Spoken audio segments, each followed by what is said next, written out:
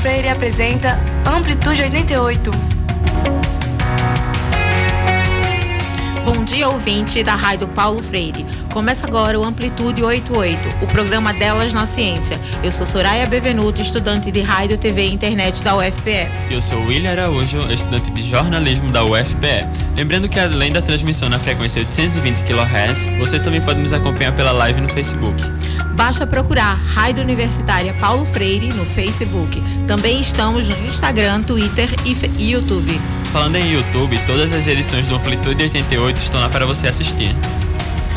Após as nossas transmissões, dá uma passadinha lá e confere. Hoje nós vamos começar o Amplitude ouvindo um pouco de ciência no dia a dia, com a nossa colunista e coordenadora do Núcleo de Pesquisa em Educação Ambiental e Científica da Universidade de Pernambuco, professora Mariana Guinter.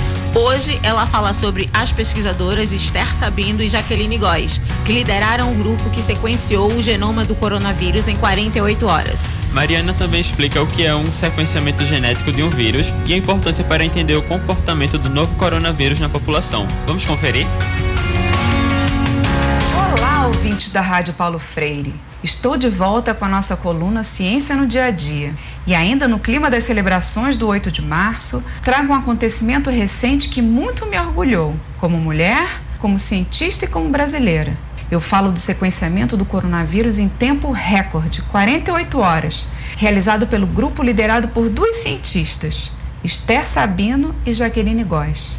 Esther é diretora do Instituto de Medicina Tropical da Universidade de São Paulo e Jaqueline é pesquisadora da Faculdade de Medicina, nessa mesma universidade. No dia 26 de fevereiro, há 2 semanas atrás, foi confirmado o primeiro caso de coronavírus no Brasil. Um homem de 61 anos que teria regressado da região da Lombardia, norte da Itália. Nesse mesmo dia, os pesquisadores coletaram a amostra desse paciente e em 48 horas tinham a sequência completa do vírus que o havia infectado. Mas o que quer dizer esse sequenciamento do vírus de que tanto falam? E no que isso pode nos ajudar a entender como o vírus se comporta e atua na população? O DNA, presente em todas as células vivas, contém nossas informações genéticas e pode ser visualizado como uma escada, onde o corrimão é formado por uma molécula de açúcar ligada a uma de fosfato e cada degrau é composto por 2 bases nitrogenadas unidas. Essas bases, os degraus, são representadas por letras A, T, C e G, sendo que A só combina com T e C só combina com G. Assim, os 2 lados da escada se juntam, formando o que chamamos de dupla hélice, pois é formada por 2 fitas, que são os 2 lados da escada, e tem um formato retorcido, como uma espiral. O conhecimento dessa sequência de letras do DNA, chamada genoma, nos permite conhecer os genes, que são fragmentos, pedaços desse DNA. Os vírus podem conter DNA como nós, ou RNA, que tem a mesma estrutura do DNA, mas em uma fita simples, não dupla. O coronavírus possui RNA, e esse sequenciamento do RNA é fundamental para entender como o vírus está se espalhando pelo mundo e para detectar mutações, que são modificações nessa sequência de letras. Essas mutações podem aumentar ou atenuar os efeitos do vírus e a sua detecção também permitirá o desenvolvimento de vacinas e testes diagnósticos mais eficazes. É uma corrida contra o tempo e o trabalho desses pesquisadores tem sido fundamental para ajudar a entender e conter essa epidemia. Um bom dia a todos e até a próxima semana, com mais Ciência no Dia a Dia. Rádio Paulo Freire, a rádio que fazemos juntos.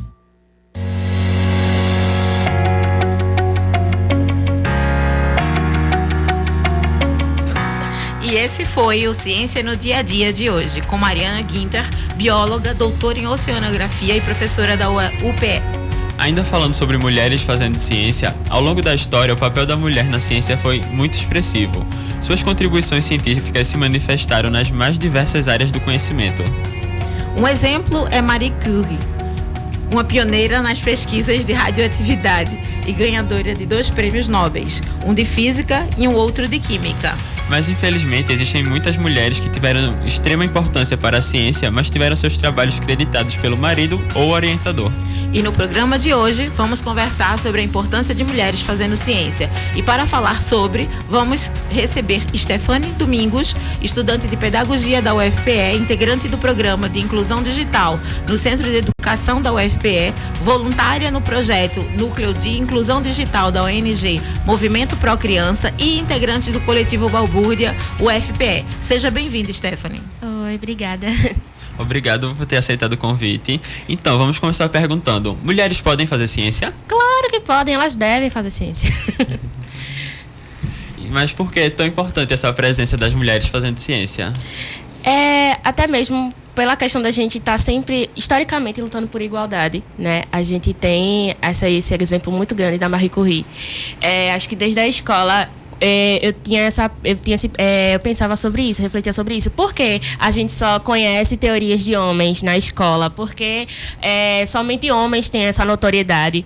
E aí, quando eu comecei a pesquisar melhor e fui fazer uma apresentação, até mesmo na escola, eu pensei e eu pedi para as pessoas refletirem: por que vocês só estão vendo banners de homens aqui?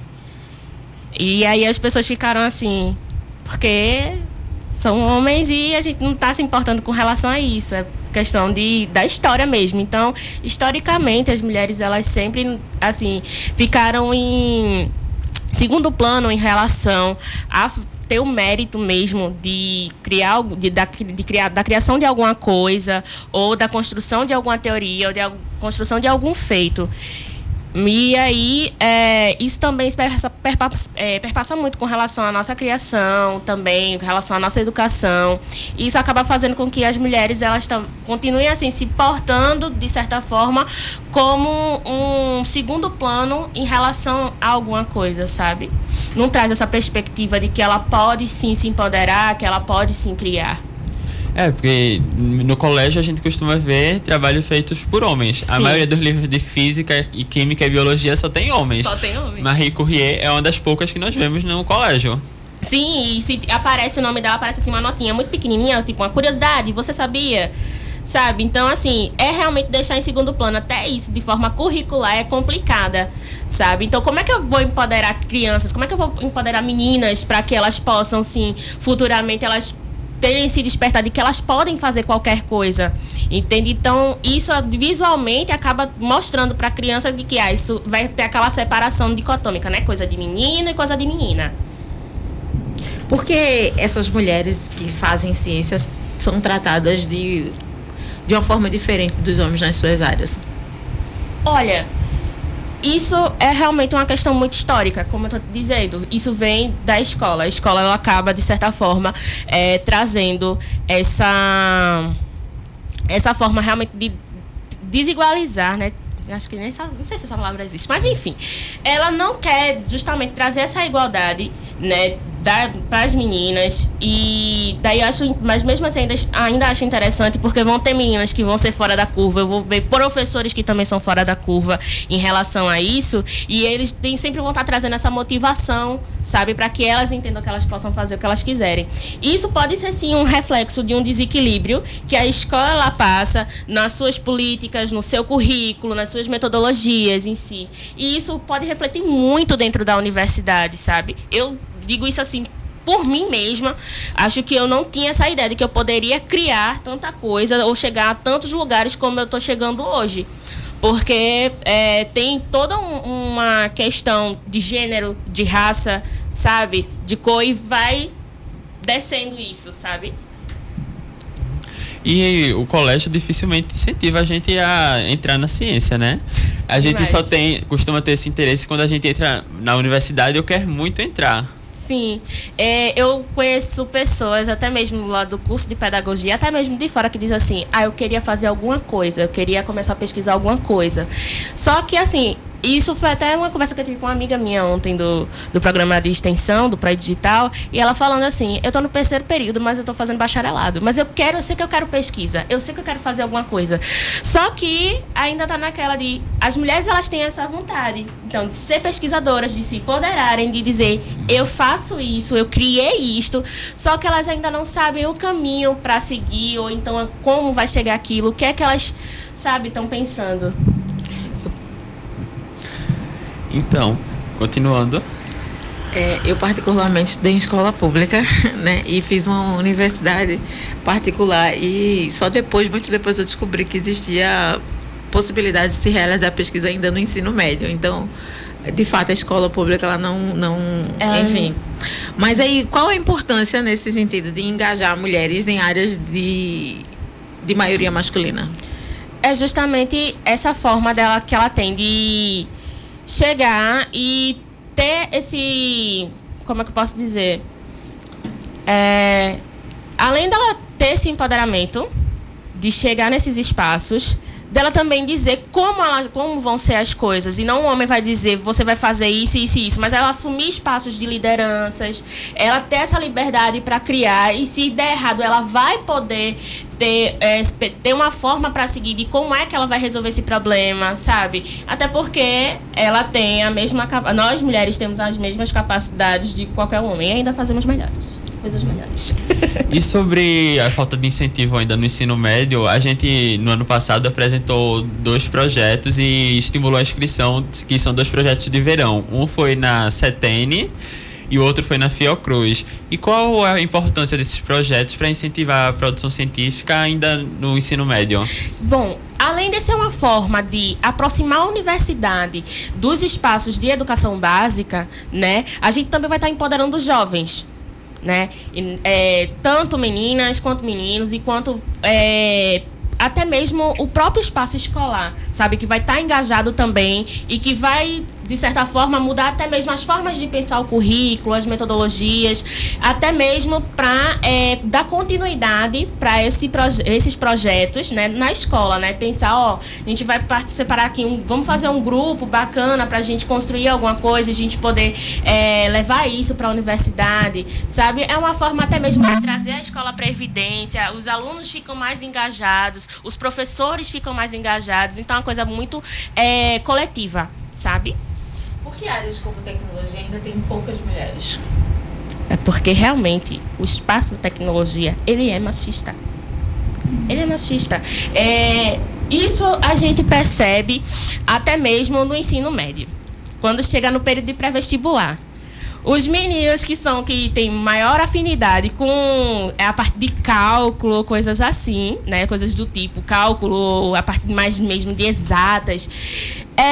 Assim, tem aquele ar de superioridade, né? De que vai ficar ainda rindo da pessoa, de uma mulher, por exemplo, que ela não tenha ainda essa afinidade, que queira também aprender, certo? Porque temos também mulheres maravilhosas na área de exatas, temos mulheres maravilhosas como cientistas. Então, esse tipo de coisa, quando acontece, acaba também reverberando quando vai para a universidade também. E aí é essa coisa, a mulher ela fica no segundo plano ainda dentro da universidade, porque ela ainda vai estar dependendo de um homem para entender as coisas ou para poder construir alguma coisa, porque vai ter aquela visão de que ela não consegue fazer.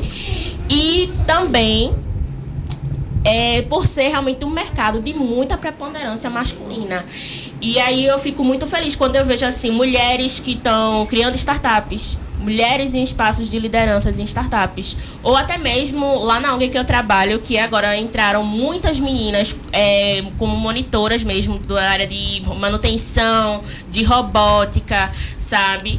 E elas vão estar tendo um aprofundamento, um contato maior com a tecnologia, e quem sabe elas vão estar em espaços também de lideranças, né? E trabalhando na área, uma área que goste, que diga assim, é um espaço para mim, é uma área para mim. Não é só porque tem uma quantidade maior de homens que eu não vou poder fazer, sabe?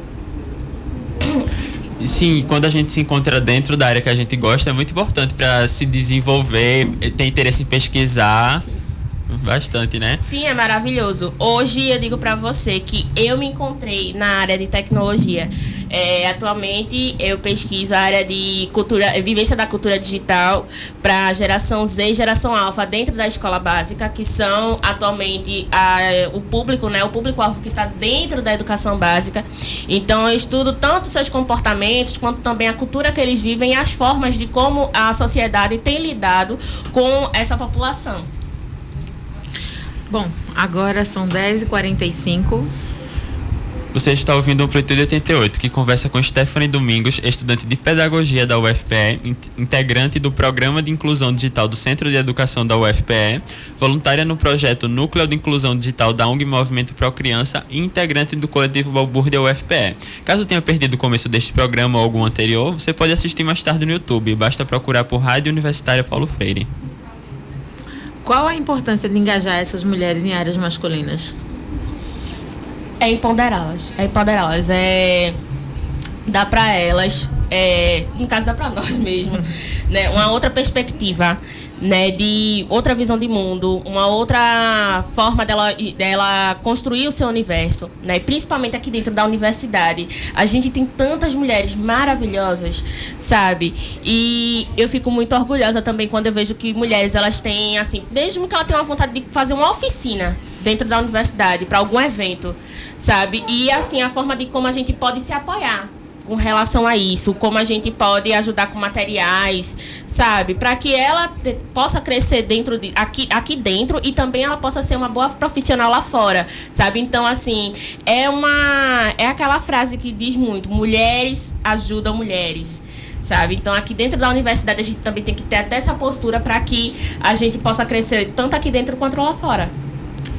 E como a universidade tem ajudado vocês a crescer tanto aqui dentro quanto lá fora?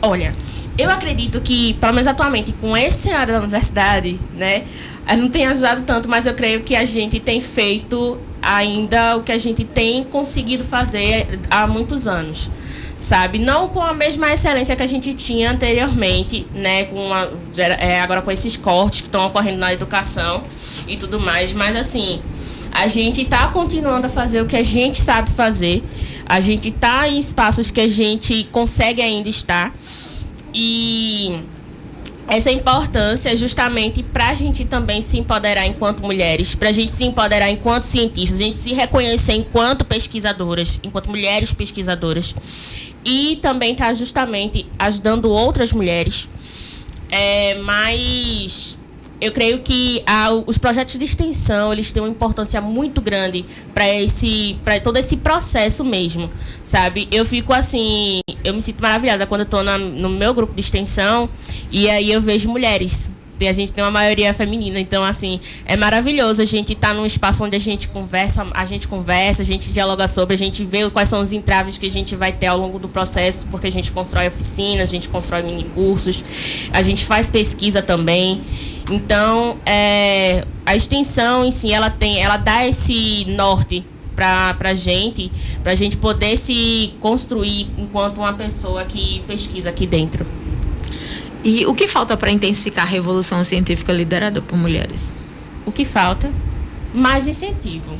Eu creio que mais incentivo e também o de reconhecer, né, a sociedade, ela reconhecer que mulheres, elas podem sim fazer o que elas quiserem fazer, sabe? A gente as pessoas têm essa visão de que, porque essa questão do machismo estrutural mesmo, sabe? De, você não pode fazer isso porque você é mulher, porque você não foi feita para estar nesse espaço, sabe? Você é uma reprodutora, entende? Só que aí tem que entender que eu sou reprodutora do conhecimento, sabe? Eu posso ser o que eu quiser, mas no momento eu quero ser uma reprodutora do conhecimento, entende? Então, assim, respeitar esse espaço também da mulher, sabe? E quais incentivos você acha que seriam eficazes para incentivar a participação feminina na ciência?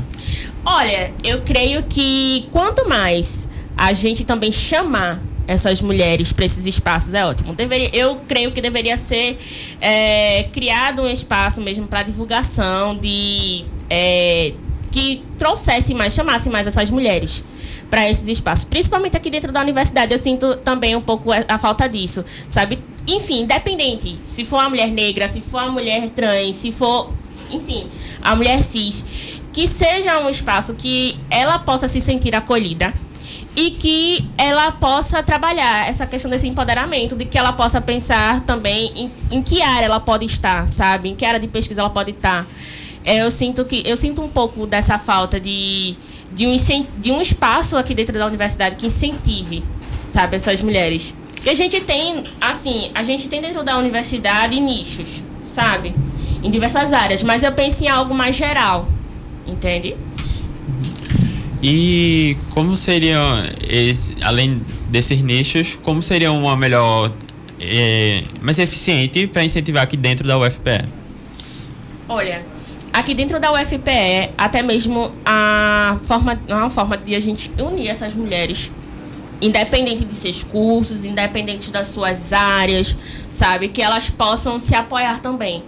Acho que seria uma forma também mais incisiva e até mesmo da gente trazer a própria reitoria, a parte mais organizacional, as reitorias, as pró-reitorias, para junto dessas meninas e poder dar esses incentivos também. Esses incentivos em relação a apresentação em congresso,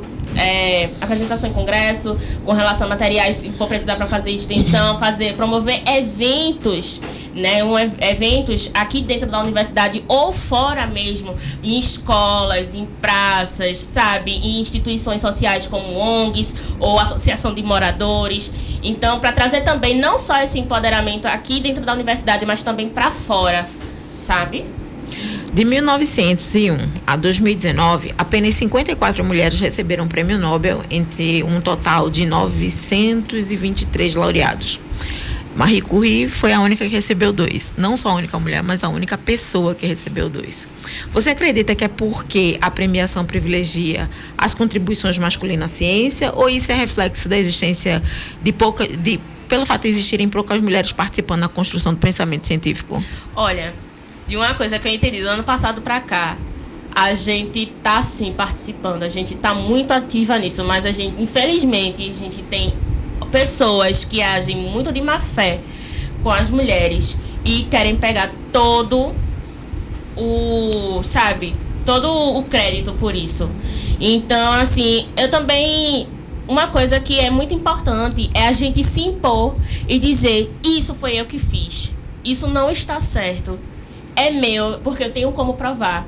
Então, assim, imagina quantas mulheres tiveram seus projetos, suas pesquisas plagiadas por homens. Homens recebem todo o crédito e a gente não pode fazer nada porque ele, sei lá, é um amigo do meu amigo, porque ele é até meu professor da universidade, porque ele é meu orientador, e aí eu não posso fazer nada porque tem essa questão também de homens estarem também ocupando um espaço de hierarquia, sabe? E a gente também sente medo. E aí a gente fica fragilizada com relação a isso. Então, assim, não é porque as mulheres não querem estar nesses espaços. É porque é roubado da gente todos os dias. Fernanda Sobral, vice-presidente da SBPC, Sociedade Brasileira para o Progresso da Ciência, afirma que, abre aspas, na fase inicial da carreira, quando os pesquisadores conseguem bolsa de iniciação, mestrado e doutorado, as mulheres estão em pé de igualdade com os homens, fecha aspas. Em que momento, na construção da carreira acadêmica e científica, você acredita que os homens passam a ser privilegiados em relação às mulheres? Ele é privilegiado justamente pelo fato de não ter filhos, né?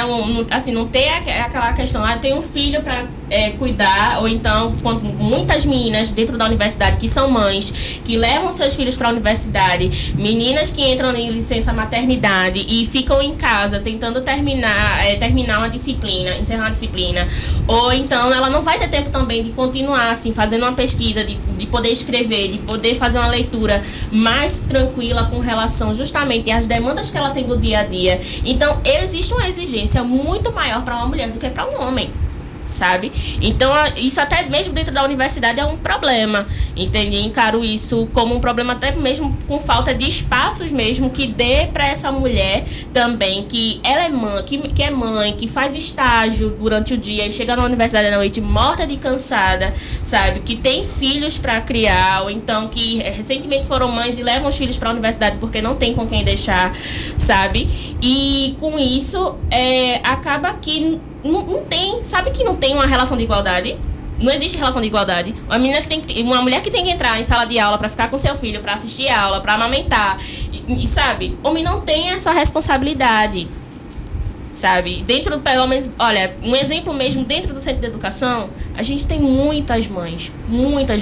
E a gente não tem um espaço como a brinquedoteca, a gente não tem um espaço, assim, um fraldário, sabe? Um fraldário que eu digo assim, um fraldário, isso aqui é um fraldário, não é um, sabe? Você tem um mini colchonete para você já colocar a criança lá, sabe? Limpo e tal, para uma mãe poder trocar o seu filho, entende? A gente também, assim, também falta, de certa forma, também olhares sensíveis de alguns docentes com relação às meninas que são mães, que estão em sala de aula. Se elas estão em sala de aula, porque elas estão lutando para poder terminar a sua graduação e dar uma condição melhor para o seu filho. Então, assim, a mulher, ela não entra com igualdade, ela não entra com a mesma condição de um homem para estar num espaço desse, sabe? Existe muita luta por trás disso e a gente não pode deslegitimar, sabe, com esse tipo de discurso.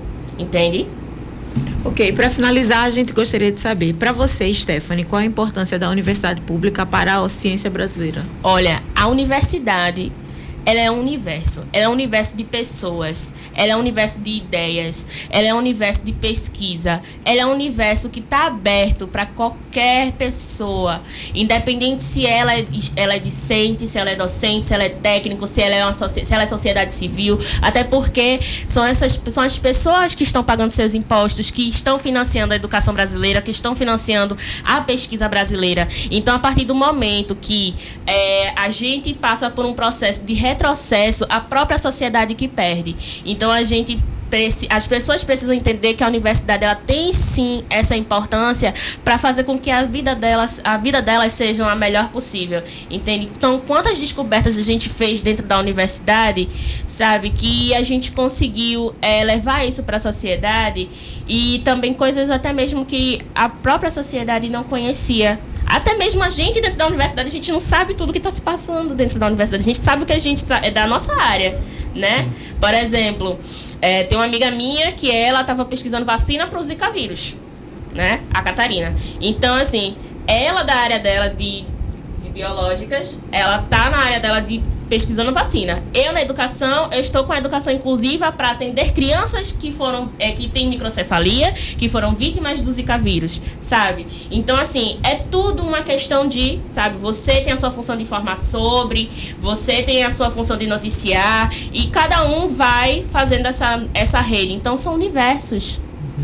Então, o Amplitude 88, o programa Delas na Ciência, está chegando ao fim. Gostaríamos de agradecer bastante a nossa convidada de hoje, Stephanie Domingos, estudante de Pedagogia da UFPE, integrante do Programa de Inclusão Digital do Centro de Educação da UFPE, voluntária no projeto Núcleo de Inclusão Digital da ONG Movimento Pro Criança e integrante do coletivo Balbúrdia da UFPE. Muito obrigado, Stephanie. A gente também quer agradecer a quem nos acompanhou pela frequência 820 kHz ou pela live no Facebook. Não se esqueça de nos acompanhar pelas redes sociais. Estamos no Instagram, Twitter, Facebook e YouTube.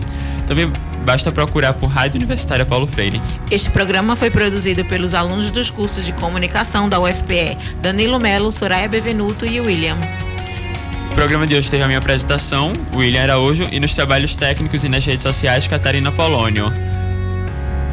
Supervisão da professora do Departamento de Comunicação Social da UFPE, Adriana Santana. E da coordenadora operacional da Rádio Universitária Paulo Freire, Catarina Polônio. A música tema do programa é a faixa Creative Minds do Sound.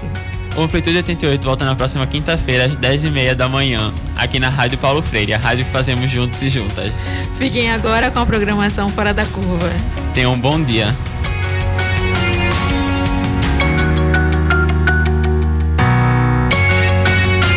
O nome Amplitude 88 é uma referência a duas noções de rádio. Amplitude pela transmissão da nossa rádio sem amplitude modulada, e 88 porque é o número do elemento rádio na tabela periódica, descoberto por Marie Curie.